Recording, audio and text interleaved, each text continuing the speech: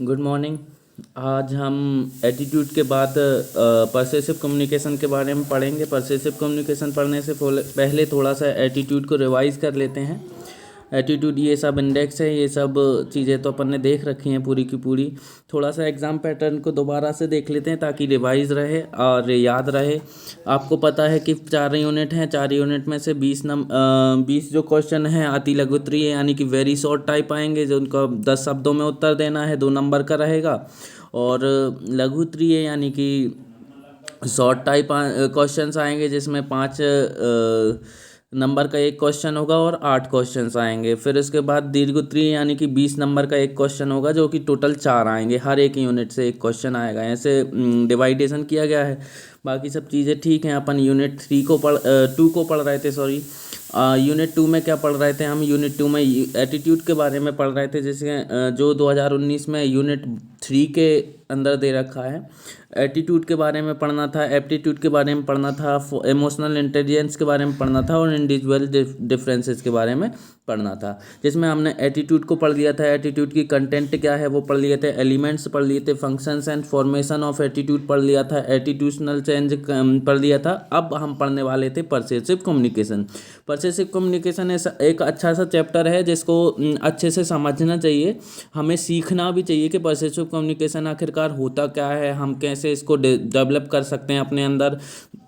सारी की सारी चीज़ें हम सीखेंगे तो किसी का नेगेटिव एटीट्यूड है उसे हम चेंज कर सकते हैं। कैसे? परसेसिव कम्युनिकेशन से चेंज कर सकते हैं। अगर परसेसिव कम्युनिकेशन हमारे अंदर है तो हम किसी को भी किसी भी बात को या किसी भी काम करवाने के लिए मना सकते हैं। और जब आप डिप्टी कलेक्टर, एसडीएम वगैरह बनोगे तो आपको परसेसिव कम्युनिकेशन की बहुत ज़्यादा ज़रूरत पड़ेगी।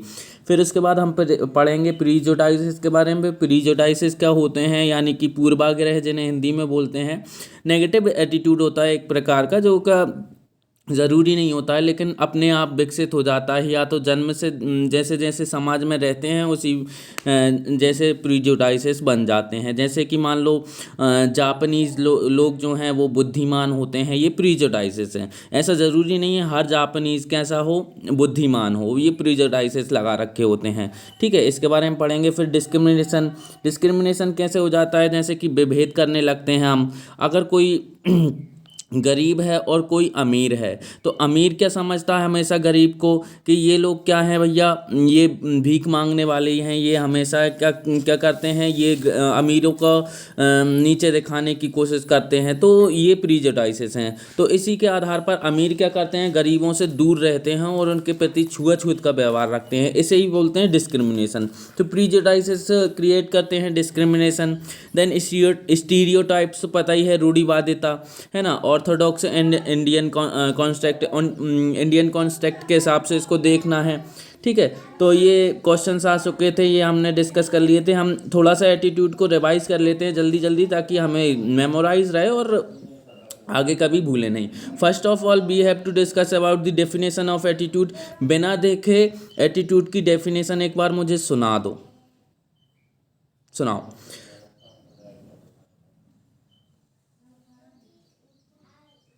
ठीक है, तो एटीट्यूड की डेफिनेशन क्या हो जाएगी? पॉजिटिव, नेगेटिव और neutral perspective toward a person, object, group, idea और any other thing is called attitude. तो एटीट्यूड की यही सिंपल डेफिनेशन रखनी है, कोई भारी कठिन सी डेफिनेशन याद नहीं करनी है, क्योंकि वहाँ पेपर में हमें यही डेफिनेशन याद आएगी और ये सिंपल है। 10 शब्द में, इससे ज़्यादा नहीं लिखना है। अगर आप सोचो कि 2 नंबर में आप 10 शब्द से ज़्यादा लिख दो तो वो नंबर काट लेगा, देगा नहीं नंबर। तो ज़्यादा लिखने की बजाय सटीक लिखो, सिंपल लिखो, अच्छा लिखो। ठीक है, तो पॉजिटिव, नेगेटिव और neutral perspective toward a person, object, group, idea और other thing is called attitude. तो एटीट्यूड की डेफिनेशन समझ में आ गई, पहले से ही समझा चुका हूँ। अब आपको याद रखने थे components of attitude. Components of attitude कितने हैं? 3 हैं। आपको ये भी पता है कॉग्निटिव, अफेक्टिव और बिहेवियर कंपोनेंट होते हैं किसके? एटीट्यूड के। तो कॉग्निटिव क्या होता है आपको ये भी पता है। Cognitive is equal to information, belief और idea about the attitude object. Affective is the feeling और emotion about the attitude object. Behaviour, जैसा कि आप के अंदर इफेक्टिवनेस है वैसा ही आप बिहेव करोगे, सीधी सी बात है। आपको ये थोड़ा सा देखना था कि एप्टस क्या होता है। एप्टस शब्द से एटीट्यूड बना है जिसका अर्थ होता है कन्वीनियंस या फिर एबिलिटी होता है ना। It is an abstract contact, it is an internal concept also, it is an abstract concept also, it is learn from the society. ये तीन चीज़ें हमें इसकी कैरेक्टरिस्टिक्स में याद हमेशा रखनी ही है। हर एथिकल वैल्यू में या फिर हर एथिकल थिंग में हमें तीन चीज़ें हमेशा याद रखनी है। It is an internal concept, it is an abstract concept and it is learn from the society. Now हमने फिर इसके बाद डेफिनेशंस देखी थी कुछ एटीट्यूड की, जो कि अलग अलग वैज्ञानिकों द्वारा या विद्वानों द्वारा, साइकोलॉजिकल स्कॉलर्स के द्वारा दी गई थी। वो कोई ज़्यादा इंपॉर्टेंट नहीं रखती हैं। फिर उसके बाद अपन ने देखा था कि कंपोनेंट्स कौन कौन से हैं, तो डिटेल में हमने पढ़ ही लिया था। कॉग्निटिव यानी कि knowledge, belief, information about the attitude object होती है ना। It is weight on the available information, जैसी इन्फॉर्मेशन मिलेगी वैसा ही आपका नेगेटिव पॉजिटिव एटीट्यूड डेवलप होगा। तो सबसे इंपॉर्टेंट रोल हो जाता है किसका, कॉग्निटिव कंपोनेंट का, किस में, एटीट्यूड के डेवलपमेंट में। देन उसके बाद एग्जाम्पल भी दिया था कि drinking alcohol increases domestic violence. आपको इन्फॉर्मेशन मिल गई है कि एल्कोहल जो है वो डोमेस्टिक वॉयलेंस क्रिएट करता है। तो आपकी अल्कोहल के लिए जो है एटीट्यूड कैसा हो जाएगा, नेगेटिव एटीट्यूड हो जाएगा। आप किसी भी अल्कोहल पीने वाले व्यक्ति से बात ही नहीं करोगे या फिर उससे दूर रहने की कोशिश करोगे, है ना। ये चीज़ देखी थी। फिर इफेक्टिवनेस क्या हो जाती है, आपके अंदर फीलिंग्स, इमोशंस आ जाएंगे, किसके लिए, एटीट्यूड ऑब्जेक्ट के लिए। It is the core attitude, आपको ये अच्छे से पता होना चाहिए। हालांकि क्वेश्चन नहीं पूछेंगे कि उस क्वेश्चन 3 मार्कर में केवल इतना ही पूछते हैं, component of attitude. For example ले लेते हैं, feeling of sadness arise from the seeing cancer patient in hospital. कैसी सैडनेस सी फीलिंग आ जाती है, आपको भी पता है किसी कैंसर पीड़ित को, या फिर अभी कोविड-19 चल रहा है तो कोविड-19 के लोगों की लाशों को देखकर हमें क्या हो जाएगी, सैडनेस की फीलिंग्स आ जाएगी। तो ये क्या है, इफेक्टिव कंपोनेंट है। क्यों, क्योंकि आपको इन्फॉर्मेशन मिली है कि कोविड-19 बहुत बुरी बीमारी है और उससे लोग बाग मर रहे हैं, तो आपके अंदर फीलिंग आएंगी। फीलिंगलेस तो आप हो नहीं, ठीक है। फिर इसके बाद बिहेवियर कंपोनेंट हो जाएगा। बिहेवियर कंपोनेंट क्या होता है, द रीडीनेस टू बिहेव और act toward something is called behaviour component. कोई भी कार्य हो गया या कोई घटना हो गई, उसके लिए आप कैसे रिएक्ट करते हो, है ना, या फिर कैसे आप बिहेव करते हो उसके लिए, तो ये चीज़ क्या हो जाएगी, बिहेवियरल कंपोनेंट हो जाएगी। ये तीनों कंपोनेंट मिलकर क्या बनाते हैं, एटीट्यूड बनाते हैं। और इन तीनों में हमेशा क्या होता है, सामंजस्य होता है ना। लेकिन कभी कभी होता है ये कभी कभी ये अलग अलग भी होते हैं। कैब मॉडल देखा था, फिर उसके बाद कैब मॉडल को 3 मार्कर में ही कंप्लीट करना था। सबसे पहले कैब मॉडल का फुल फॉर्म लिखेंगे, that is cognitive affective behavioural. Then उसके बाद कैब मॉडल का फुल फॉर्म लिखने के बाद लिखेंगे कॉग्निटिव का क्या होता है। कॉग्निटिव के सामने लिख देंगे हम इन्फॉर्मेशन, बिलीफ और idea about the attitude object. Effectiveness के लिख देंगे फीलिंग्स और इमोशंस। बिहेवियर के रेडीनेस टू बिहेव और रिएक्ट लाइक एटीट्यूड ऑब्जेक्ट, है ना। फिर इसके बाद कैब मॉडल को पूरा डिटेल में देख लिया था। इसमें एग्जाम्पल चेंज किए हैं, बाकी सब चीज़ें पैसे की मैसी पुट कर दी थी उन लोगों ने, है ना। फिर इसके बाद अपन ने देखी थी मनोवृत्ति की संरचना यानी कि structure of attitude. Structure of attitude में हमने देखा था कि what is structure of attitude. Structure of attitude means that how the 3 organisational element within the mind are related to each other. यानी कि सारे के सारे एलिमेंट्स जो हैं एटीट्यूड के, वो कैसे एक दूसरे से इंटरकनेक्टेड हैं, वही कहलाएगा स्ट्रक्चर ऑफ एटीट्यूड। हमने देखा था कॉग्निटिव, इफेक्टिव, बिहेवियर। कॉग्निटिव क्या होगा, information, belief, knowledge, thought about the attitude object. Effectiveness, feelings, emotions. Then behaviour involves behaviour और experience regarding to the attitude object. These are related to each other in which form. First of all we have to get an information मिल जाएगी, then effectiveness आएगी अपने अंदर। कैसे, example दे देते हैं, जैसे कि कोविड-19 महामारी चल रही है ना। कोई आपका रिश्तेदार कोविड-19 से मर गया है, आपको इन्फॉर्मेशन मिली तो आपके अंदर क्या आई, सैडनेस आई, यार वो मर गया है कोई, है ना, तो उसके बाद आपके बिहेव में कैसा चेंज होगा, आप किसी भी बाहरी व्यक्ति से सहज रूप से नहीं मिलोगे, आप उससे दूर रहोगे, है ना, कोविड-19 के प्रति सतर्क रहोगे और दूसरों को भी सलाह दोगे कि ये लोग मर गए हैं और ऐसी बीमारी चल रही है, तो आप भी सतर्क रहोगे और दूसरों को भी सतर्क करोगे। तो ये चीज़ क्या हो जाएगी, आपके एटीट्यूड के कंपोनेंट्स में क्या हो जाएंगे, रिलेशन हो जाएंगे। फर्स्ट ऑफ ऑल आपको इन्फॉर्मेशन मिली, देन इफेक्टिवनेस आई, इफेक्टिवनेस के बाद आपके बिहेवियर में चेंज हुआ, तो ये सारी चीज़ क्या हो जाएंगे, स्ट्रक्चर ऑफ एटीट्यूड हो जाएगा। क्यों, क्योंकि एक दूसरे से इंटरकनेक्टेड हो गई है। लेकिन कभी कभी क्या होता है, कंपेटिबिलिटी के अलावा इनमें कंट्रेडिक्शन भी आ जाता है। हमेशा कंपेटिबिलिटी रहे ये ज़रूरी नहीं है। कभी कभी क्या होता है, जैसे आपको इन्फॉर्मेशन कुछ और मिलती है और आपके जो इफेक्टिवनेस होता है, यानी कि आपकी जो भावनाएं होती हैं वो कुछ और आती हैं अंदर, और बिहेव आप कुछ और करते हो।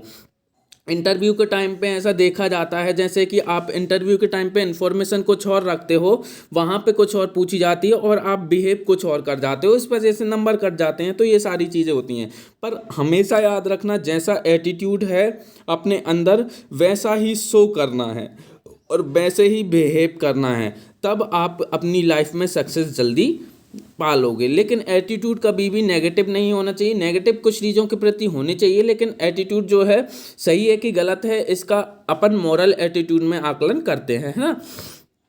फिर इसके बाद क्वेश्चंस देखे थे, जैसे मनोवृत्ति के संगठन तत्व घटक कौन कौन से हैं इनके बारे में, है ना।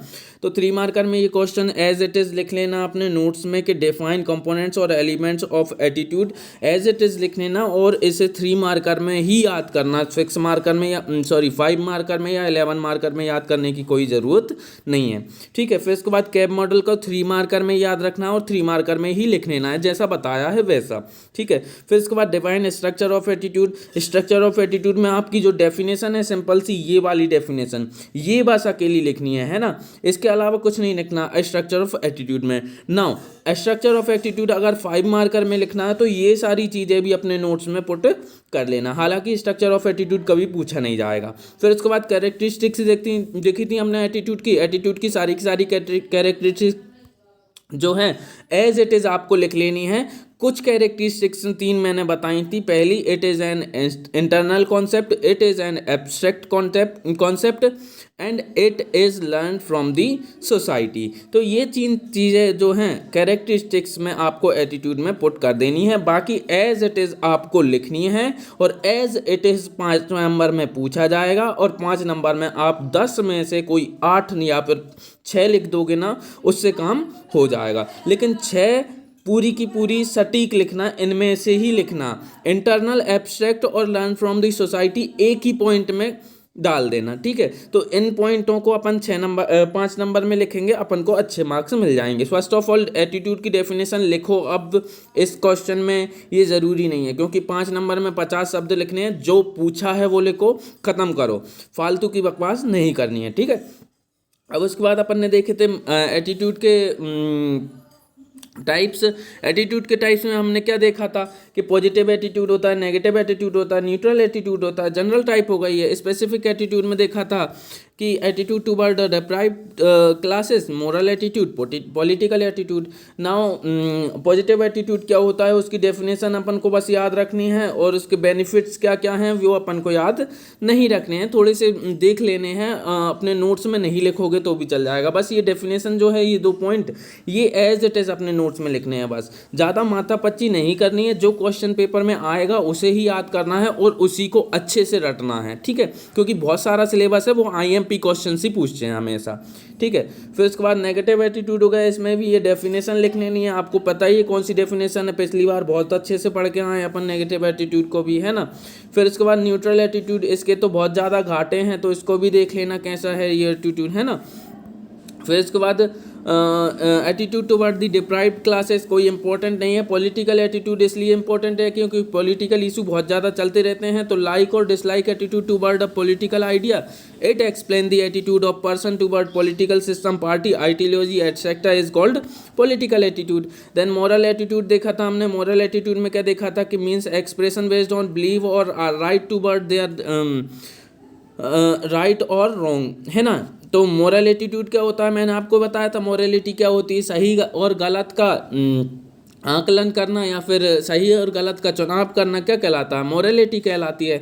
जब यही चीज़ एटीट्यूड के साथ पुट कर देंगे तो सीधी सीधी बात है, जो एटीट्यूड सही और गलत का आकलन कर दे या फिर एक्सप्रेशंस को सही और गलत ठहरा दे, वो क्या कहलाएगा, मोरल एटीट्यूड कहलाएगा। Then moral attitude means expression based on the believe और राइट एंड रॉन्ग, सीधी सी बात है, ये क्वेश्चन हो जाएगा। 4 क्वालिटीज़ होती हैं मोरल एटीट्यूड की, ये सारी की सारी देख ली थी हमने। फिर उसके बाद उसके घटक देख लिए थे, रिलेशनशिप वगैरह तो अपन बाद में देखेंगे क्योंकि सारी चीज़ें पढ़ लेंगे तब समझ में आएगा। अच्छा, फिर फॉर्मेशन ऑफ एटीट्यूड देखा था, उसमें कौन कौन से फैक्टर रिस्पॉन्सिबल होते हैं for the formation of attitude. First of all genetic factors responsible होते हैं। कैसे रिस्पॉन्सिबल होते हैं आपको बताया था, पैदाइशी आप कुछ सोच पैदाइशी आप पैदा होते हो, आपके पापा के आपकी मम्मी के गुण आपके अंदर आते हैं, जैसे पापा के एटीट्यूड है वैसा ही आपका एटीट्यूड हो जाता है। तो ये कैसे पार्शियली डिपेंड करते हैं एटीट्यूड को, है ना, तो एटीट्यूड को अफेक्ट करते हैं ये फॉर्मेशन में। देन फिर क्लासिकल कंडीशनिंग देखी थी, आपके आसपास की कैसी कंडीशन है। इंस्ट्रूमेंटल कंडीशनिंग देखती थी, आपको कौन सी चीज़ ज़रूरी है उसके हिसाब से आपका एटीट्यूड डेवलप होगा। ग्रुप एफिलिएशन देखा था, इसमें सिंधिया का एग्जांपल बहुत अच्छा दिया था। ऑब्जर्वेशनल नेचर लर्निंग देखी थी, कोई जानवर कैसे काम कर रहा है उस हिसाब से आपका एटीट्यूड अलग तरीके से डेवलप हो जाता है। फिर अदर फैक्टर्स भी हमने देखे थे, है ना, ये सारी की सारी चीज़ें। अच्छा, क्वेश्चन पूछा जाएगा what is the how can formation of attitude, है ना, फॉर्मेशन ऑफ एटीट्यूड कैसे होता है, और sorry explain the factor of what is attitude formation, है ना। तो एटीट्यूड फॉर्मेशन के जो जितने भी फैक्टर्स हैं उनकी रिस्पॉन्सिबिलिटी को बताना है। तो ये एज इट इज़ क्वेश्चन आपको लिखना है और एज इट इज़ 20 नंबर में क्वेश्चन पूछा जाएगा। जब 20 नंबर में क्वेश्चन पूछा जाएगा तो ये अकेला पूछा जाएगा, इसके अलावा इसकी डेफिनेशन पूछ लेंगे, कौन की, एटीट्यूड की। तो ये पूरा का पूरा एज इट इज़ आपको लिखना है, ठीक है। फिर उसके बाद ये इन्फॉर्मेशन पूरी की पूरी लिख देना, आपको कोई घबराना नहीं है। फिर उसके बाद फंक्शंस ऑफ एटीट्यूड देखे थे आपने।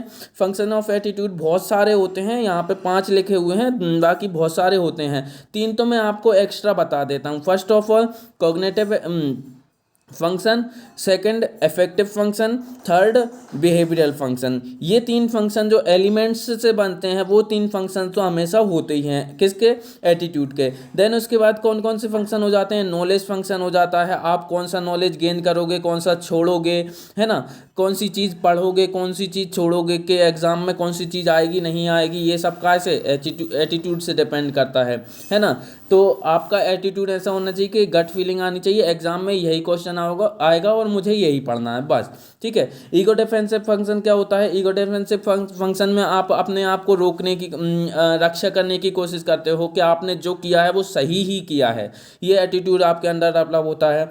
वैल्यू एक्सप्रेसिव फंक्शन क्या होता है, आप कहीं रिश्तेदारी में गए हो तो वहाँ अपने दादा परदादा या किसी के भी पैर छुओगे बड़े के, लेकिन वैसे आप उनकी इज्जत नहीं करते हो, लेकिन सबके सामने दिखाने के लिए आप पैर इसलिए छुओगे क्योंकि आपकी वैल्यूज़ जो हैं वहाँ पर एक्सप्रेस हो रही हैं, इसलिए आपका जो एटीट्यूड है वो अलग तरीके का फंक्शन करेगा, है ना।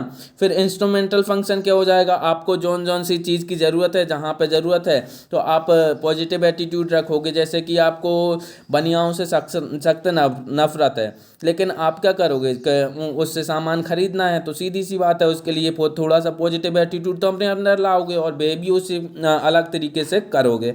सोशल एक्सेप्टेंस फंक्शन क्या होता है, जैसे कि लव मैरिज आज के युवा लोग जो हैं वो मानते हैं कि सही है ना, कहीं हद तक गलत भी है, लेकिन वो पढ़े लिखे होने के बाद तो ये चीज़ नहीं मानेंगे कि भैया लव मैरिज गलत है। लेकिन दिक्कत ये हो जाती है सोशल एक्सेप्टेंस इसे नहीं मिलती है। सोशल एक्सेप्टेंस जब तक नहीं मिलेगी तब तक सीधी सी बात है पढ़े लिखे लोग भी ये मानने पर मजबूर हो जाएंगे कि love marriage is bad, then attitude का ये भी फंक्शन हो जाएगा, है ना। तो एटीट्यूड के बहुत सारे फंक्शंस हो जाते हैं। नॉलेज फंक्शन आपने देखा था, knowing one others attitude impart knowledge, help organise new information. नई इन्फॉर्मेशन कौन कौन सी मिली है आपको, आपके हिसाब से आप उसे जमा लोगे और कौन सी इन्फॉर्मेशन आपके लिए ज़रूरी है उसे रख लोगे, कौन सी नहीं है उसे छोड़ दोगे।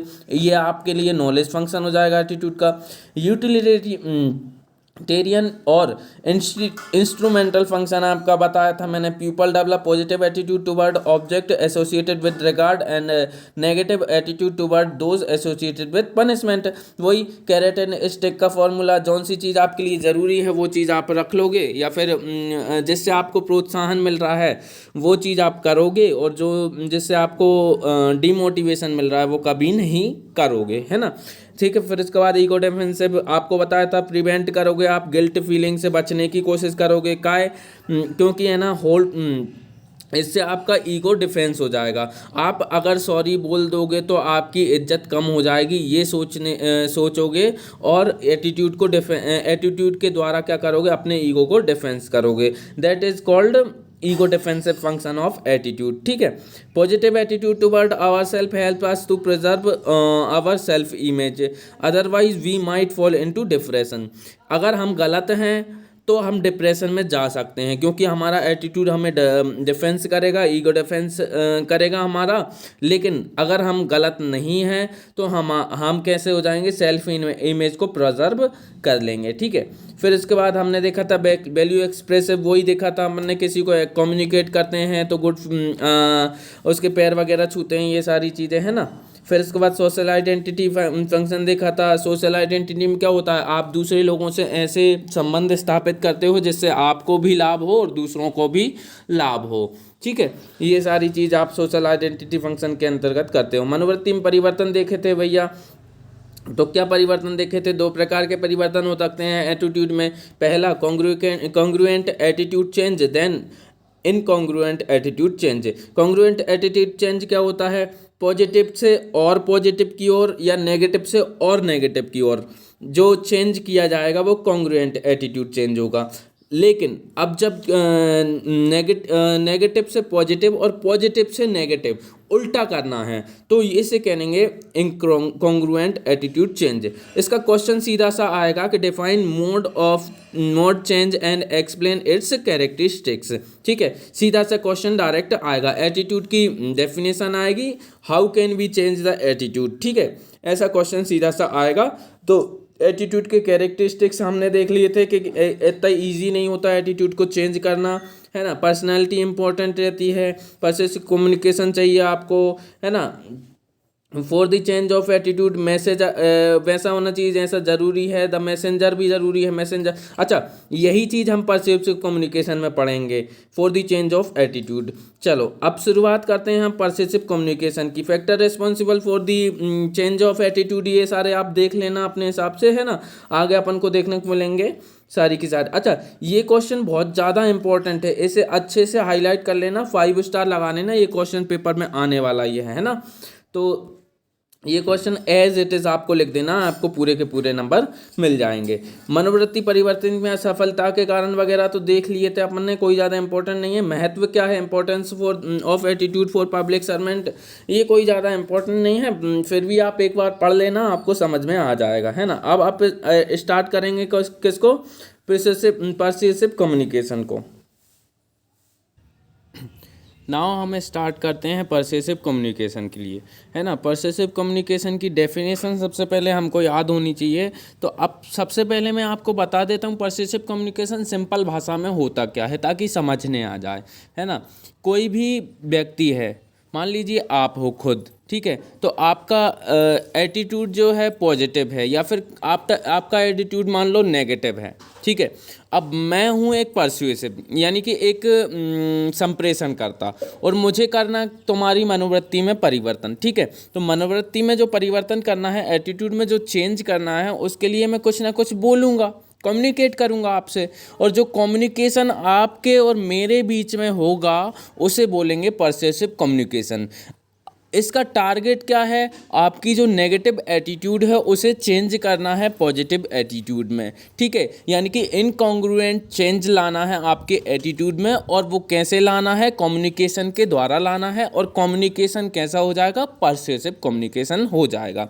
अब इसकी डेफिनेशन सिंपल सोबर सी है, आप हिंदी में पहले देख लो कि प्रबोधक संप्रेषण मनोवृत्ति परिवर्तन की एक ऐसी प्रक्रिया है जिसमें दूसरों के विचारों, भावनाओं, मनोवृत्तियों, कार्य प्रणाली को तर्कों और संदेशों के माध्यम से परिवर्तित किया जाता है। यानी कि आपकी जितनी भी विचार हैं अंदर, आपकी जितनी भी भावनाएं हैं, आपके जितने भी एटीट्यूड हैं, या फिर आपकी कार्य करने की जो प्रणाली है उसे प्रभावित किया जाता है और उसे तर्कों और संदेशों के माध्यम से काट कर, अच्छे उदाहरण देकर आपको समझाया जाता है कि आप गलत राह पर जा रहे हो, इस राह को छोड़कर मेरे साथ चलिए, आप सही राह पकड़ोगे और आपकी गाइडेंस सही रहेगी और आप सिलेक्ट जल्दी हो जाओगे, ठीक है। जैसे कि परसेसिव कम्युनिकेशन मैं भी करता हूँ, कुछ थोड़ा बहुत मैं सीखता हूँ, है ना। परसेसिव कम्युनिकेशन ज़रूरी हो जाता है। जैसे कि फॉर इंग्लिश में देख लेते हैं अभी इसकी डेफिनेशन को। Persuasive communication is a process of attitude change in which the thought, feeling, methodology, attitude of other are transport through arguments and message, है ना। सीधी सी सिंपल सी बात ये है कि आपकी जितनी भी कार्य प्रणाली है, आपके जितने भी थॉट्स हैं, आपकी जितनी भी फीलिंग्स हैं, इन सबको क्या करना है, मुझे चेंज करना है।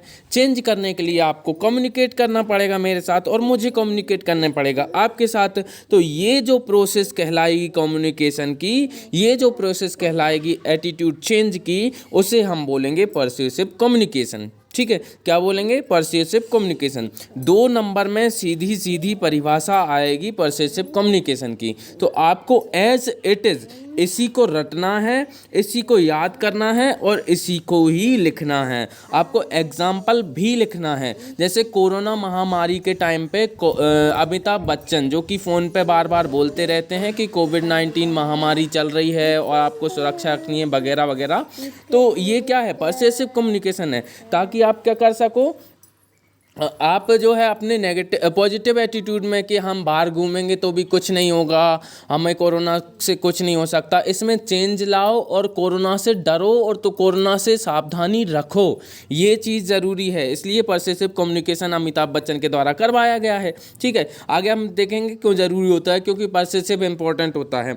तो persuasive communication is the process of attitude change in which thought, feeling, methodology, attitude of others are transformed through argument and message। तो आर्ग्यूमेंट और मैसेज, आर्ग्यूमेंट यानी कि तर्क, मैसेज यानी कि संदेश के द्वारा आपके एटीट्यूड में, फीलिंग में, मेथोडोलॉजी में, थॉट्स में जो चेंज किया जाएगा उसे क्या बोलेंगे, परस्यूसिव कम्युनिकेशन बोलेंगे। This is the process to change any attitude of a person, ठीक है। तो ये प्रोसेस होती है किसी भी पर्सन के एटीट्यूड को चेंज करने के लिए। अब इसके कुछ ना कुछ उद्देश्य होते हैं।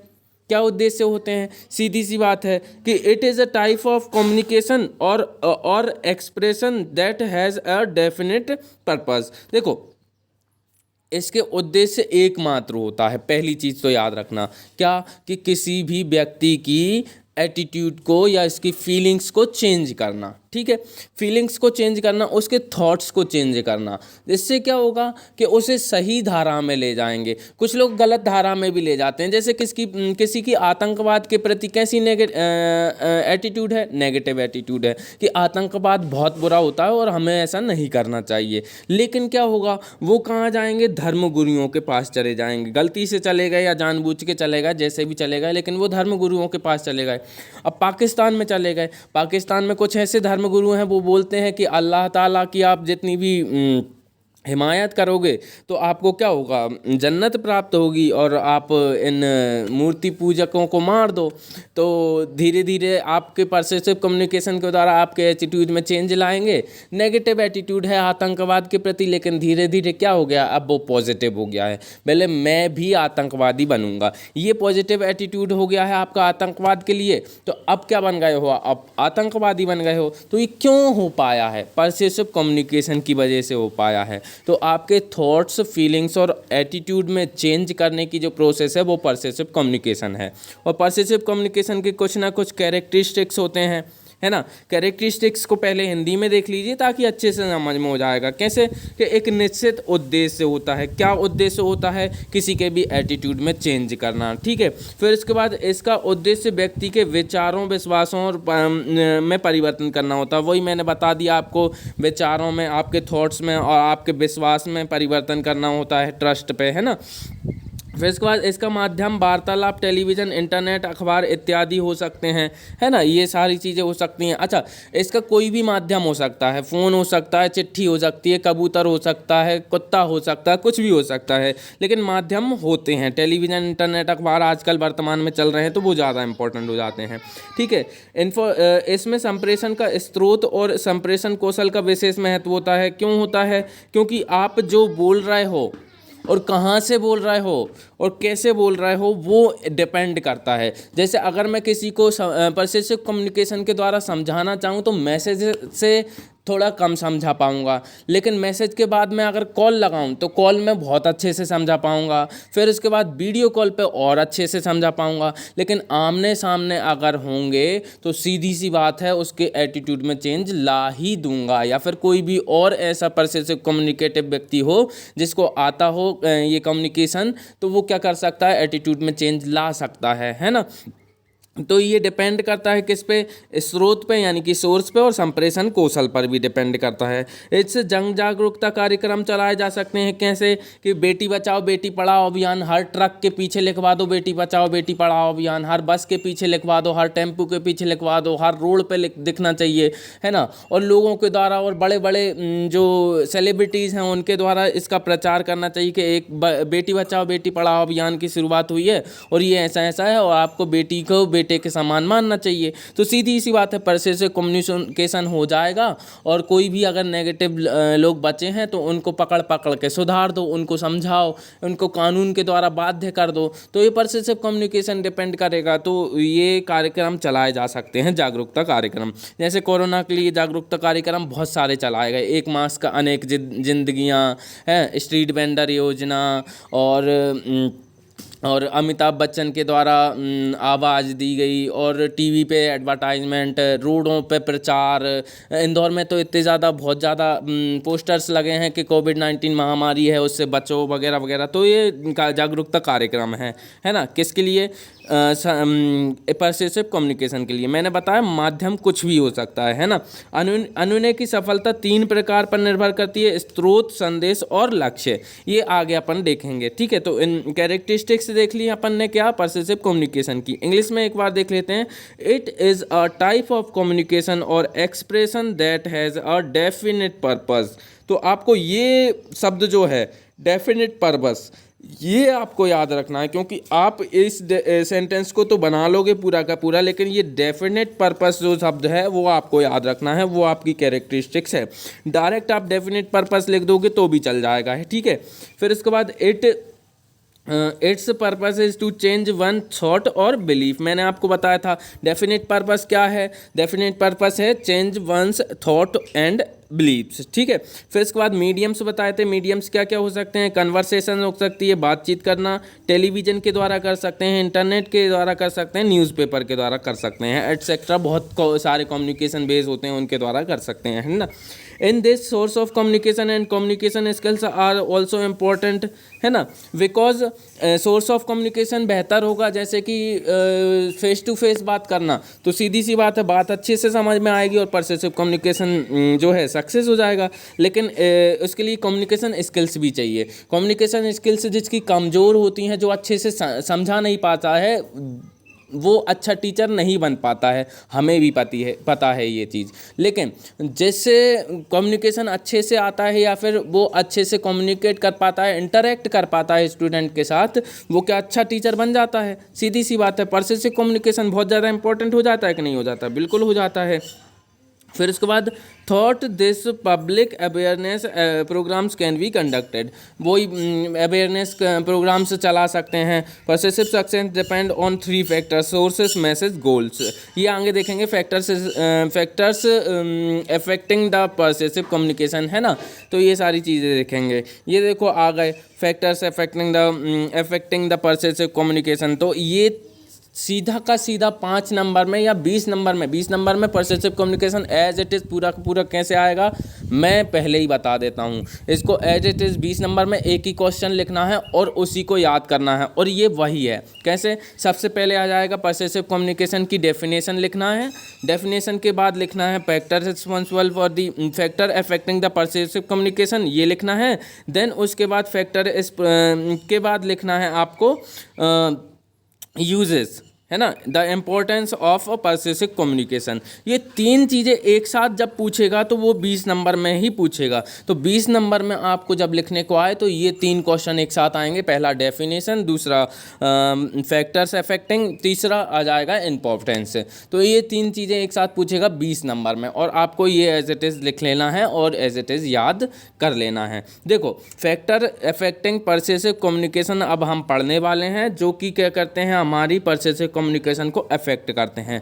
सीधी सी बात है, आप याद रखना हमेशा 5 ही फैक्टर हैं जो क्या करते हैं, परसेसिव कम्युनिकेशन को अफेक्ट करते हैं। 5वें के बाद छठवा नहीं है, 5 हैं। 5 के 5 फिंगर टिप्स पे आपको याद होने चाहिए।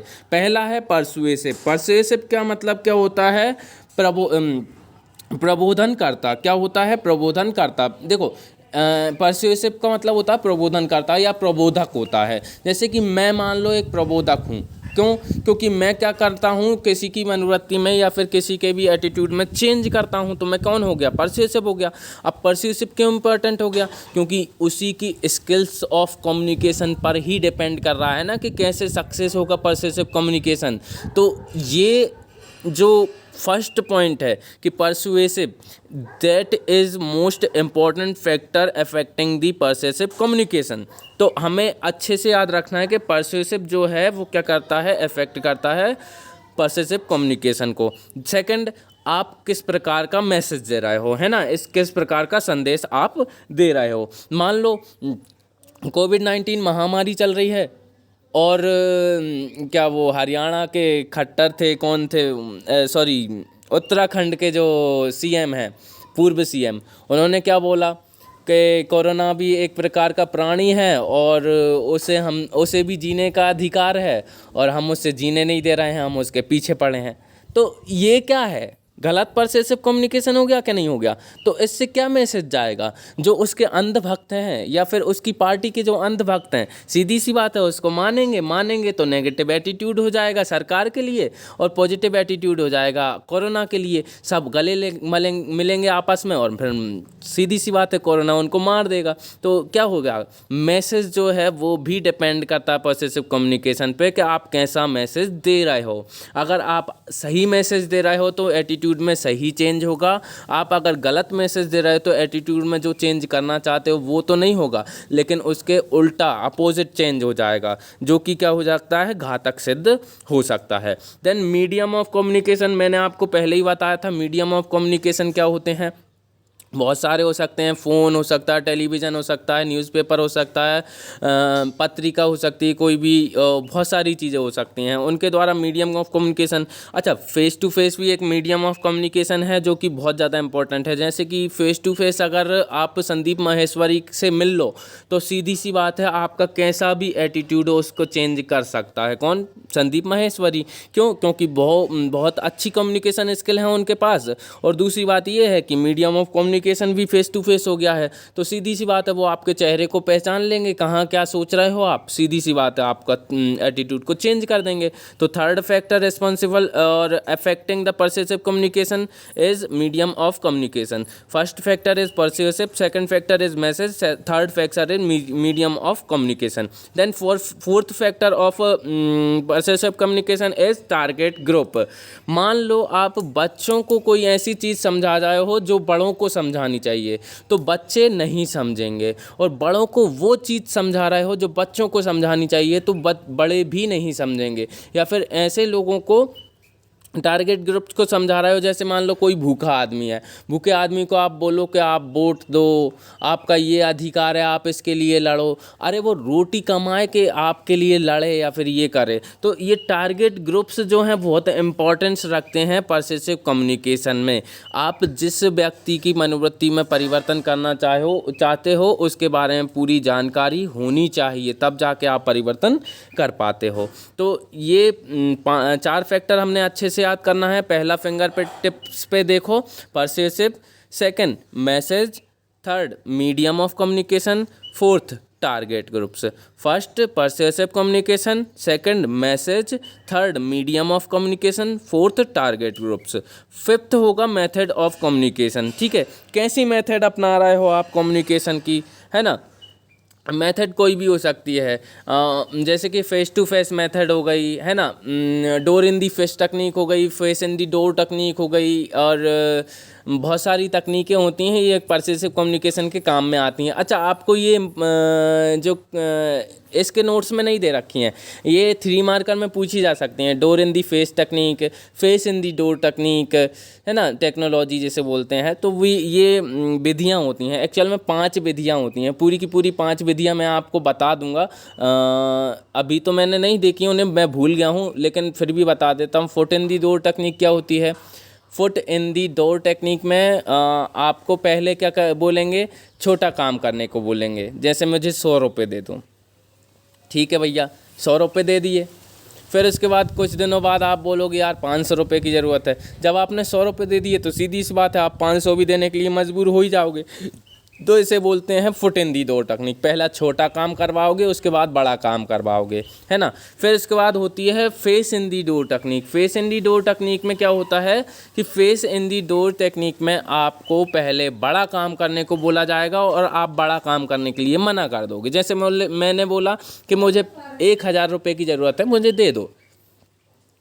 आपने बोला नहीं, नहीं देना, नहीं दे सकते, है ही नहीं है। पर फिर उसके बाद आप बोलोगे कि मेरे पास बस 100 रुपये हैं, 1000 रुपये नहीं है।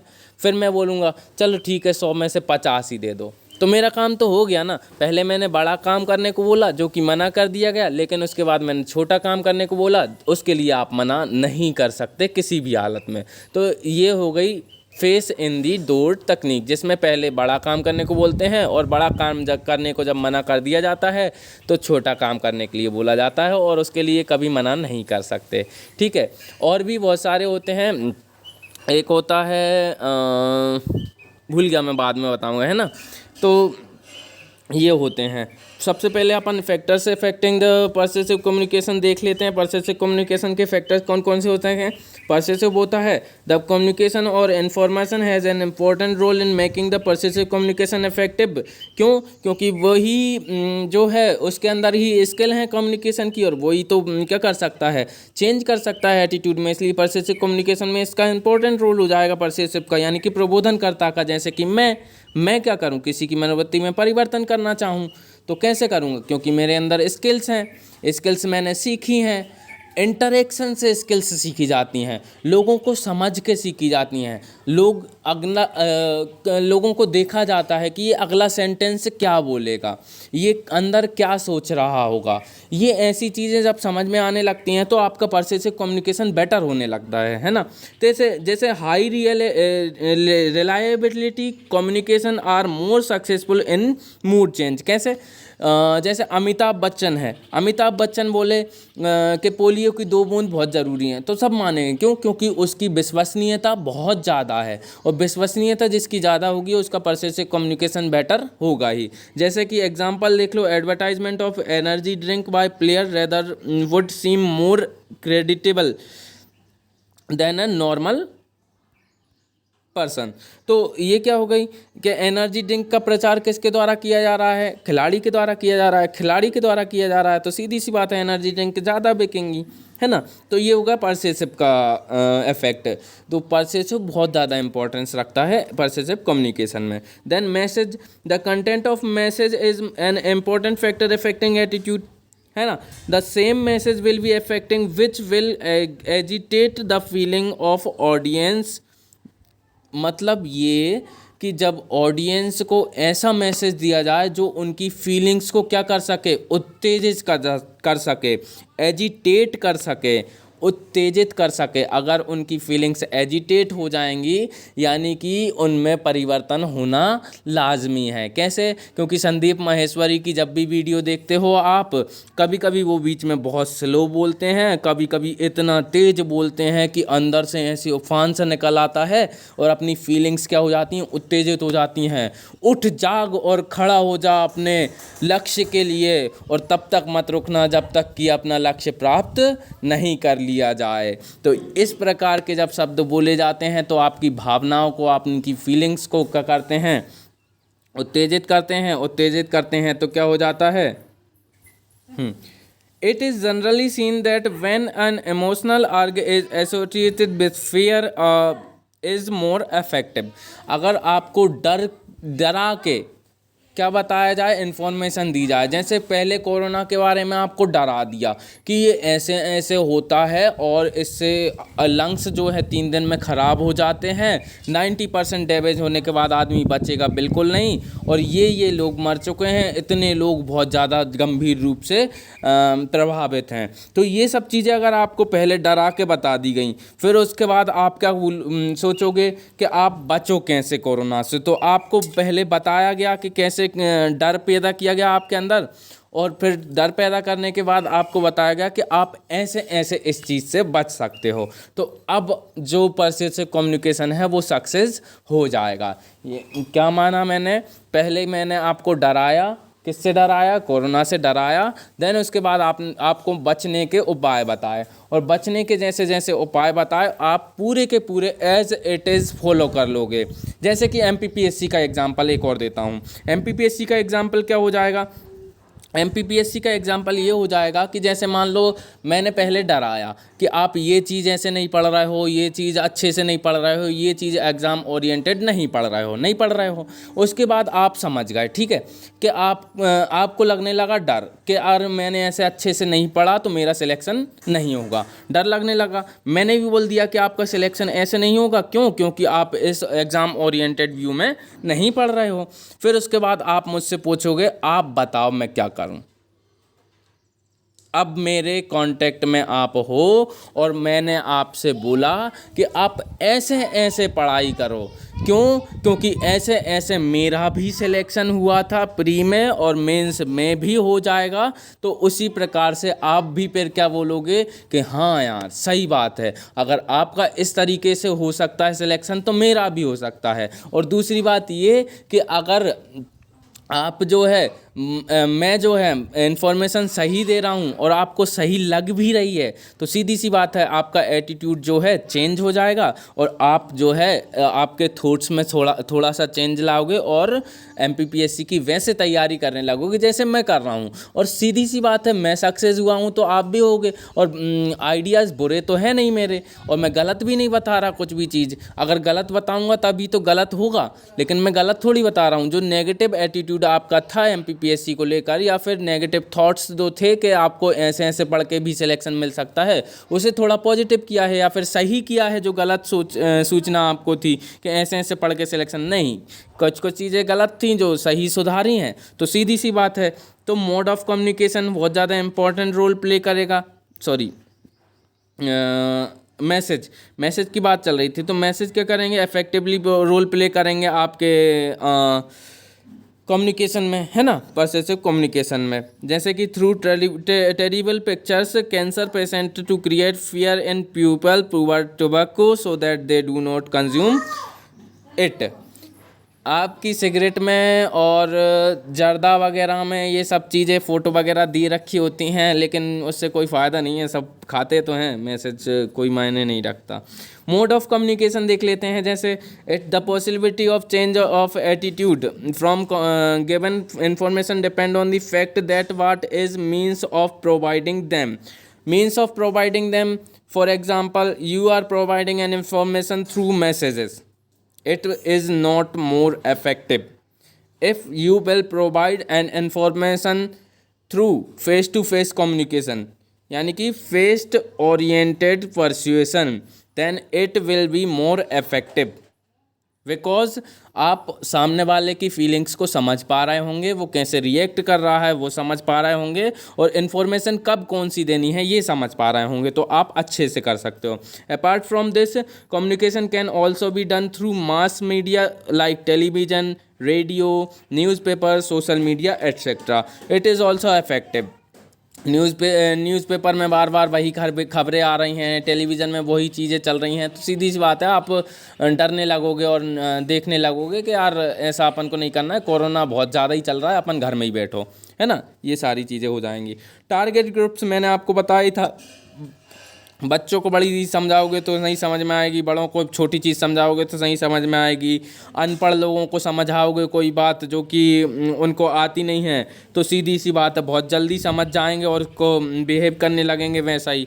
लेकिन पढ़े लिखों को समझाओगे तो वो थोड़ी लेट समझेंगे, वो पहले उसे विचार से रखेंगे कि सही बोल रहा है कि नहीं बोल रहा है, और वैज्ञानिकता को परखेंगे, है ना, फिर उसके बाद मानेंगे कोई बात। तो टारगेट ग्रुप्स बहुत ज़्यादा इंपॉर्टेंट हो जाते हैं। गाँव वाले जल्दी बात मान लेते हैं और शहर वाले थोड़ा लेट बात मानते हैं, क्योंकि वो खुद को होशियार समझते हैं, है ना। तो for any message to be effective, it is important that the audience be in a position to understand the message as well। क्योंकि अब अगर आपको किसी भूखे को क्या कर रहे हो, इन्फॉर्मेशन प्रोवाइड कर रहे हो, तो उसका ध्यान इन्फॉर्मेशन की तरफ कम होगा, रोटियों की तरफ या फिर भूख मिटाने की तरफ ज़्यादा होगा। एक कहानी बताता हूँ। बुद्ध के टाइम पे बुद्ध जब भाषण दे रहे थे, तो एक व्यक्ति आता है भूखा प्यासा आता है, और दौड़ते दौड़ते आता है, बोले मुझे भी सुनने हैं आपके भाषण, है ना। तो जब उनके भाषण सुनने की बोलता है, तो बुद्ध समझ जाते हैं कि ये जो व्यक्ति है ये भूखा है। अब हाल में उसको पूरे के पूरे भाषण दे दूं तो उसे समझ में तो कुछ आना ही नहीं है। क्योंकि इसका ध्यान कहाँ है, भूख की तरफ है। तो अब मैं पहले इसकी कंडीशन सही करूं, यानी कि इसकी भूख को मिटा दूं, उसके बाद अगर मैं इसको भाषण दूंगा तो भाषण भी प्रभावी होगा और ये सुनेगा भी और ध्यान पे भी रखेगा। तो it is very important that the audience be in a position to understand the message. वो उस पोजिशन में था ही नहीं कि वो उसके मैसेज, बुद्ध के मैसेज को समझ सके, इसलिए सबसे पहले भूख मिटाई, फिर उसके बाद भाषण दिए गए तो उसने समझे अच्छी तरीके से। The intellectual ability of listener, cognitive needs, as etcetera influence the persuasive communication, है ना। जैसे कि इंटेलेक्चुअलिटी जितनी भी हो, जैसे कि लिसनिंग पावर जिसकी अच्छी है वो अच्छे से समझ पाएगा, कॉग्निटिव नीड्स जिसकी अच्छी हैं, जिसको इन्फॉर्मेशन उसी डायरेक्शन में चाहिए वो समझ सकता है। एज भी डिपेंड करती है, छोटे बच्चों को कोई चीज़ें ऐसी कठिन सी समझाने तो ज़्यादा समझ में नहीं आएगी। For example, more intelligent people understand the information quickly, but it is necessary that they will behave accordingly, where is less intelligent person may believe expectedly soon due to inadequate evaluation. यानी कि जो पढ़ने वाले हैं यानी कि intelligent हैं वो क्या करेंगे, पहले तो एवेल्यूशन करेंगे, उसके बाद उतारेंगे अपने दिमाग में। लेकिन जो ज़्यादा इंटेलिजेंट नहीं है, सीधी सी बात है, वो पहले ही उतार लेंगे। जैसे फर्स्ट ईयर के बच्चे जो भी होते हैं वो क्या करते हैं, शुरुआत में संदीप माहेश्वरी की वीडियो देख रहे हैं, इसकी वीडियो देख रहे हैं, उसकी वीडियो देख रहे हैं, अंदर से मोटिवेशन आना चाहिए, वो ज़रूरी होता है, लेकिन वो नहीं सोच रहे हैं, वो देखे जा रहे हैं वीडियो, ठीक है। फिर उसके बाद में जब थर्ड ईयर में आते आते उनको पता चलता है यार आंतरिक मोटिवेशन ज़्यादा ज़रूरी है, तो फिर उसके बाद उन्हें समझ में आता है ये फालतू की संदीप माहेश्वरी की वीडियो देखने की जगह क्या करना है, अपन को ये चीज़ें करनी है, ठीक है। फिर संप्रेषण की प्रविधि देख लो। Effective communication depend on the type of procedure at the time communication. Corona के टाइम पे आप सबसे बोलो कि मास्क पहनना है तो सब मास्क पहनेंगे, लेकिन सिंपली भाषा में बोलो कि कोरोना नहीं चल रहा है फिर भी आप मास्क पहनो तो कोई भी मास्क नहीं पहनेगा। कंपेटेबल होना चाहिए फीलिंग्स और परसेप्शन से कोई भी इंडिविजुअल की, तब जाके वो क्या करेंगे, मानेंगे उस बात को, ठीक है। तो ये हो गए आपके कितने 5 फैक्टर्स जो कि अफेक्ट करते हैं परसेसिव कम्युनिकेशन को। फर्स्ट ऑफ ऑल है परसेसिव, सेकंड है मैसेज, थर्ड है मीडियम ऑफ कम्युनिकेशन, फोर्थ है टारगेट ग्रुप्स, फिफ्थ है मेथड ऑफ कम्युनिकेशन। नाउ उसके बाद हम डिस्कस करने वाले हैं किसके बारे में, उपयोगिता के बारे में, यानी कि utility of persuasive communication. For example for time favourable effective implementation of public event. देखो, यूटिलिटी बहुत सारी हो सकती हैं। यूटिलिटी कैसे हो सकती हैं? हम तो बहुत सारी याद करते थे कॉमन। कैसी? कोई भी कार्यक्रम है सरकार के या योजनाएं हैं, उनको क्रियान्वयन करने में महत्वपूर्ण भूमिका निभाएगा। कैसे? क्योंकि गरीब लोगों को इन्फॉर्मेशन नहीं रहती है कि कैसे सारी चीज़ों को यूज़ करना है, उनकी नेगेटिव अप्रोच रहती है। जैसे वैक्सीनेशन के लिए सबकी नेगेटिव अप्रोच है थोड़ी बहुत, तो उसे चेंज करने के लिए हर डॉक्टर के द्वारा, हर राजनीतिज्ञ के द्वारा, हर व्यक्ति के द्वारा यह प्रयास किया जा रहा है कि सब वैक्सीनेशन के लिए पॉजिटिव एटीट्यूड रखें, पर वो रख नहीं रहे हैं, पता नहीं क्यों। ठीक है।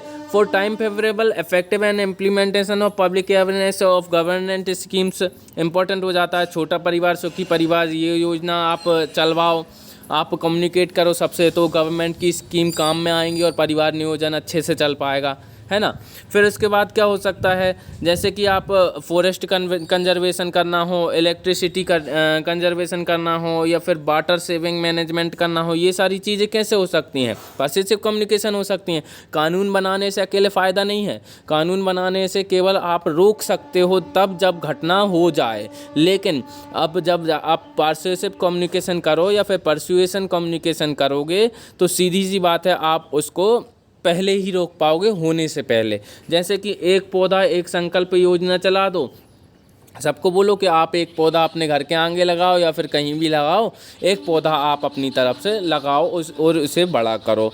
तो ये सीधी सी बात है, एक पौधा एक संकल्प आप संप्रेषण कर रहे हो सबको। अमिताभ बच्चन बोल रहा है पोलियो की 2 बूंद हैं ज़रूरी, तो सब पोलियो की बूंदें पीने जा रहे हैं। तो ये इम्पोर्टेंस हो जाएगा कि योजनाएँ सही तरीके से क्रियान्वित हो जाएंगी, और फॉरेस्ट कंजर्वेशन, इलेक्ट्रिसिटी वगैरह भी अच्छे से हो जाएंगी। और बहुत सारी चीज़ें, जैसे कि सोशल एवेल्स होते हैं बहुत सारे। सोशल एवेल्स कैसे? जाति प्रथा हो जाती है, छुआछूत हो जाता है, बहुत सारे सोशल एवेल्स हो जाते हैं, उनको दूर करने में सहायता हो जाती है। कैसे?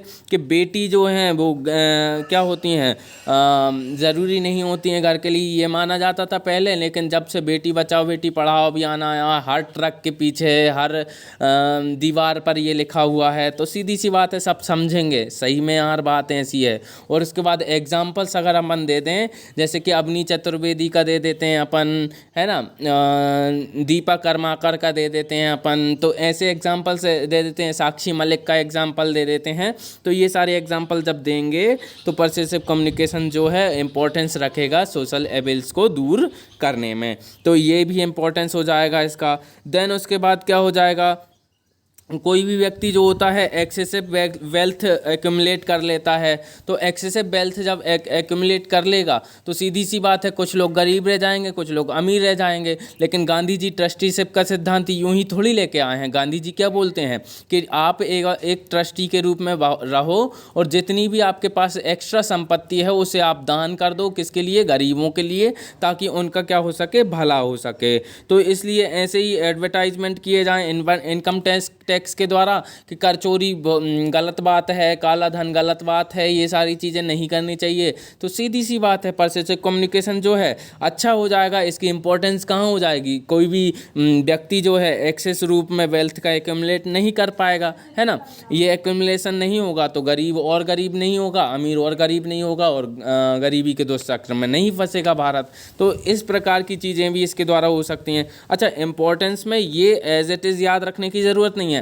आपको जो भी चीज़ लगे मन में कि ये इसकी इंपॉर्टेंस हो सकती है, खुद से सोचना बहुत सारे पॉइंट्स आएंगे। जैसे कि संवैधानिक आदर्शों की प्राप्ति में, है ना, परसुएसिव कम्युनिकेशन सहायक हो सकता है। For the public welfare it is important, है ना, सोशल लेवल्स को दूर करने के लिए, पब्लिक अवेयरनेस को बढ़ाने के लिए, गवर्नमेंट स्कीम्स को अच्छी तरीके से फॉलो करने के लिए, है ना, एक्सेस वेल्थ एक्यूमुलेशन को रोकने के लिए, है ना। मेजर चैलेंजेस होते हैं जैसे कि टेररिज्म हो गया, नक्सलिज्म हो गया, इन सब को रोकने के लिए सक्सेसिव और परसुएसिव कम्युनिकेशन ज़रूरी हो जाता है। जैसे नक्सलिज इलाके में आप नक्सलियों को बोलो कि हम कुछ नहीं करेंगे आपका, बस आप क्या कर दो, सरेंडर कर दो, हम आपको खुली जेल में रखेंगे, बंद नहीं करेंगे, डाकुओं से बोल दो ये चीज़, तो मानेंगे वो चीज़। और उनकी एटीट्यूड में अगर चेंज हो जाता है आपके परसुएसिव कम्युनिकेशन की वजह से, क्योंकि आप ग्राउंड फील्ड पे काम करोगे जब एसडीएम बन जाओगे, और एसडीएम बनने के बाद आप बहुत सारे लोगों को भी समझाओगे। नक्सली इलाके में चले गए जैसे कि बालाघाट, तो आप नक्सलों को भी समझाओगे, है ना। तो इस प्रकार से अपन परिवर्तन भी कर सकते हैं, चेंज कर सकते हैं टेररिज्म के और नक्सलिज्म के लोगों में। तो इससे क्या होगा, सीधी सी बात है, इंपॉर्टेंस बढ़ जाएगी परसुएसिव कम्युनिकेशन की। For better international relations and diplomacy, for example act east India plays in act east policy in place of look east, international solar organisation. ये सारी चीज़ें क्या हैं, इंटरनेशनल रिलेशन सुधारने के लिए ही तो हैं। परसुएसिव कम्युनिकेशन अच्छा, जैसे कि मोदी जी का परसुएसिव कम्युनिकेशन बहुत अच्छा है, इस वजह से वो जहाँ भी जाते हैं वहाँ भीड़ बढ़ जाती है, और जो चुनाव हार रहा होता है वो भी जीत जाता है। तो ये क्या होता है, किसी की भी एटीट्यूड में, थॉट में चेंज करना होता है, तो ये इस वजह से क्या हो जाती है, सारी चीज़ें हो जाती हैं। अगर राहुल गांधी का परसुएसिव कम्युनिकेशन अच्छा हो और उसे सब लोग सुने, तो सीधी सी बात है कांग्रेस भी जीतेगी, है ना। तो ये सारी चीज़ें हो सकती हैं। तो इम्पोर्टेंस अपन को याद नहीं करनी है अच्छे से, इनको अच्छे से समझ लेना है। जब समझ में आ जाएंगी तो ये पॉइंट्स अपने आप याद हो जाएंगे, ठीक है। इनको और रिवाइज करवा दूंगा तो और अच्छे से हो जाएंगे, ठीक है। और क्वेश्चन यहाँ से कैसा आएगा, सीधा सीधा क्वेश्चन आ सकता है, explain the importance of persuasive communication, 5 marker में। देन क्वेश्चन आ सकता है, explain the importance of persuasive communication for in any government scheme और प्रोग्राम। एज इट इज़ आपको वो ही लिखना है जो आपको ज़रूरी है, जैसे कि नीति निर्देशक तत्व अच्छी तरीके से फॉलो हो जाएंगे, directive principle of state policy, है ना। मौलिक अधिकारों का अच्छी तरीके से संरक्षण हो जाएगा, फंडामेंटल राइट्स, है ना। और संवैधानिक आदर्शों की अच्छी तरीके से प्राप्ति होगी, है ना। Constitutional ideals. देन उसके बाद government schemes like Beti Bachao Beti Padhao अभियान हो गया, परिवार नियोजन योजना हो गई, है ना, छात्रवृत्ति योजना हो गई, या फिर वृद्धावस्था पेंशन योजना हो गई, ये सारी अच्छी तरीके से फॉलो हो पाएंगी। और वैक्सीनेशन स्कीम्स अच्छे से फॉलो हो पाएंगी, है ना। ये सारी चीज़ें आपकी हो पाएंगी। तो ये इसके अंतर्गत आंसर लिख सकते हो, आप खुद से सोच सकते हो, इसे आप खुद से सोचना और खुद से आंसर लिख के मुझे भेजना, ठीक है, मैं चेक करूंगा। Explain the importance of persuasive communication for civil servant. Civil servant के लिए क्यों ज़रूरी है, इसका आंसर आप खुद से बनाना और मुझे भेजना। क्यों, क्योंकि एक पॉइंट मैं पहला बता देता हूँ, सिविल सर्वेंट जो होता है ज़मीनी स्तर पे काम करता है और लोगों से जुड़ता है, और जब लोगों से जुड़ेगा तो उसे परसुएसिव कम्युनिकेशन इंपॉर्टेंट हो जाएगा, उसे कम्युनिकेशन स्किल आनी चाहिए, लोगों को समझाने की उसमें पावर होनी चाहिए। तो ये सारी चीज़ें क्यों इंपॉर्टेंस रखती हैं परसुएसिव कम्युनिकेशन सिविल सर्वेंट में, ये आप क्वेश्चन सोच कर लिखना। ये दोनों क्वेश्चन आपके लिए होमवर्क हैं, तो आपको ये कंप्लीट करना है। फिर उसके बाद आवश्यक शर्तें हो जाती हैं कुछ, जैसे कि स्ट्रेट फॉरवर्ड और क्लियर अनएम्बिशियस मैसेज होना चाहिए, है ना। कैसे कि भैया जो मैसेज जो है वो कैसा होना चाहिए, स्पष्ट होना चाहिए, सीधा सा होना चाहिए, जो आपको क्या दे, सही इन्फॉर्मेशन दे। सही इन्फॉर्मेशन तो देगा तो आपका जो एटीट्यूड है वो चेंज हो जाएगा। Change of attitude through reasoning और बेटर नॉलेज सिस्टमेटिक परस्यूएशन। आपको ऐसे बीच बीच में उल्टी सीधी जानकारी नहीं देनी चाहिए, क्रमबद्ध रूप से जानकारी देनी चाहिए। बोले पहले ये करो, फिर इसके बाद ये करना, फिर उसके बाद ये करना। तो क्रमबद्ध रूप से जब ये जानकारी दोगे ना तो आपका परसुएसिव कम्युनिकेशन बेटर होगा, आप एटीट्यूड में चेंज कर पाओगे। एटीट्यूड चेंज थ्रू इमोशन से ह्यूरिस्टिक परस्यूएशन, यानी कि आप क्या करोगे भैया, अनुभव से, अपने अनुभव से बताओ कि भैया मेरा प्री इसलिए निकला था क्योंकि मैं ऐसे तैयारी करता था, मेंस इसलिए नहीं निकलेगा या फिर निकल सकता है तो क्योंकि मैंने ऐसे ऐसे गलतियां की थी या फिर ऐसे ऐसे मुझे सुधार करने चाहिए थे। अपने एक्सपीरियंस से बताएंगे तो सीधी सी बात है, एटीट्यूड का जो चेंज है जो इमोशंस के लिए हो जाएगा। जैसे रो के मैं कोई बात बताऊँ, रो कर अच्छे से बात बताऊँ, कोई फीलिंग्स समझाऊँ तो वो और अच्छी तरीके तरीके से आप फील कर पाओगे और समझ पाओगे। ऐसे कम्युनिकेशंस भी होते हैं। Establish A positive relation with target groups और ऑडियंस, सीधी सी बात है, ऑडियंस से आप अगर अच्छा संबंध स्थापित करोगे तो सीधी सी बात है वो अच्छे से सुनेंगे अच्छे से। जैसे महात्मा गांधी ने खाकी और धोती क्यों यूज़ की? वो कोट पैंट भी पहन सकते थे जवाहरलाल नेहरू की तरह, लेकिन नहीं, क्यों? क्योंकि वो अगर उनके साथ रह रहे हैं, किसानों के साथ, तो गरीबों के साथ, तो उनकी सुनने के लिए उन्हें समझना ज़रूरी है, और उन्हें समझने के लिए उनके जैसे बनना ज़रूरी है, और उनके जैसा बनकर ही उनसे अच्छे से कम्युनिकेट किया जा सकता है, उनसे पॉजिटिव रिलेशन स्थापित किए जा सकते हैं। इसलिए गांधी जी का परसेसिव कम्युनिकेशन हमेशा सफल होता था, और खाक से भी वो एक आंदोलन शुरू करने की दम रखते थे। ठीक है, ये चीज़ याद रखनी है कि पॉजिटिव रिलेशनशिप होने चाहिए, जहाँ जा रहे हो वैसा भेष होना चाहिए। ठीक है, ये चीज़ याद रखना। Familiarise the target group audience with the benefit of change, है ना। आपको जहाँ पे जैसा चेंज करना है उसके लिए टारगेट ग्रुप के साथ क्या हो जाओ, फेमिलियराइज हो जाओ। वही महात्मा गांधी वाला example, familiarise. Listening to the target group audience with concentration, sociability and tolerance. आप उनकी परेशानियों को, जैसे राजकुमार शुक्ल ने अपनी परेशानी सुनाई, तो शुरुआत में राजकुमार शुक्ल की परेशानी को ढंग से समझा नहीं, किसने? महात्मा गांधी ने। लेकिन बाद में जब समझा, उसके बाद उन्हें समझ में आया कि मुझे क्या करना चाहिए, इनकी परेशानी को अच्छे से समझना चाहिए। तब जाके उन्होंने क्या किया, कंसंट्रेट किया किस पे, नील विद्रोह पे किया था शायद, है ना। सॉरी, नील पे नहीं किया था, वो चंपारण सत्याग्रह था वो उनका, राजकुमार शुक्ल का, है ना।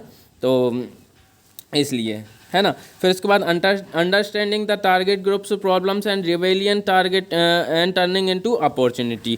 उनके द्वारा जितने भी विद्रोह किए जा रहे हैं, या फिर उनके द्वारा जितनी भी प्रॉब्लम्स बताई जा रही हैं, उनको क्या करो, आप समझो अच्छे से, और उसे एक अवसर के रूप में तलाशो कि अगर यहाँ पे ये प्रॉब्लम हो रही तो मैं यहाँ पे ऐसी चीज़ कर दूँ ना, तो इसको फ़ायदा हो जाएगा, और फ़ायदा हो जाएगा तो सीधी सी बात है, आपका जो कम्युनिकेशन है वो बेटर हो जाएगा। कम्युनिकेशन बेटर हो जाएगा तो आप क्या करोगे, एटीट्यूड में चेंज कर पाओगे। यूजिंग सोशल एविडेंस टेक्निक, जैसे कि information where social changes have taken place through the change of mind, here help of inspirational personality can also be taken, है ना। तो बहुत सारे एग्जाम्पल दे सकते हो आप सोशल लेवल्स के को कम करने के, है ना। Disadvantage related to not changing attitude should be describe to the target group audience. आप अगर एटीट्यूड चेंज नहीं हो रहा है तो आप डिसएडवांटेज बता सकते हो कि अगर आप ऐसा नहीं करोगे तो आपका ये एग्ज़ाम नहीं निकलेगा, ये चीज़ नहीं होगी, आप ये चीज़ भूल जाओगे, रिवाइज नहीं करोगे तो भूल जाओगे। ये सारी चीज़ें आप डर से बता सकते हो सामने वाले को, तो सीधी सी बात है उसकी एटीट्यूड में चेंज आ जाएगा। This is the persuasive communication. We have discussed about the persuasive communication, and now you have to note down the questions for the persuasive communication. First question is its definition. 3 number में आ सकती है आपको, as it is notes बनाते time पर 3 number में define परसेसिव communication, और ये definition लिख देनी है। फालतू की डेफिनेशन नहीं लिखनी है खुद से, ये डेफिनेशन बहुत सही है, शार्प है, सटीक है, ठीक है, इसको ही लिखना है। Explain the objective characteristics of persuasive communication, 5 number में क्वेश्चन आएगा, एज इट इज़ आप लिख लेना, ये दे रखा है यहाँ पे, है ना।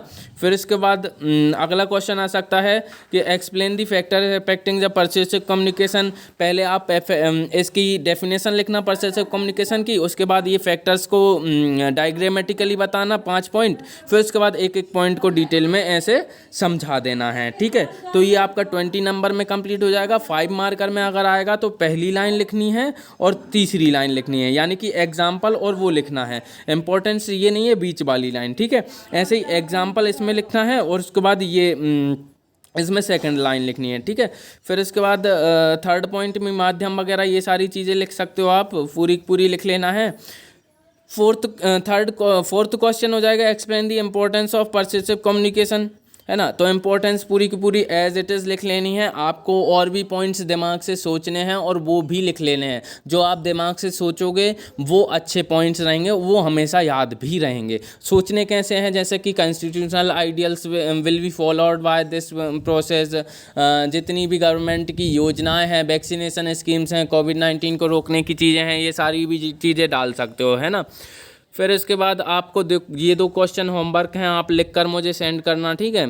फिर इसके बाद अपने देखा था प्री रिक्वायर्टीज फॉर इफेक्टिव कम्युनिकेशन, ये एज इट इज़ क्वेश्चन आ सकता है, तो ये एज इट इज़ आपको याद करना है ना।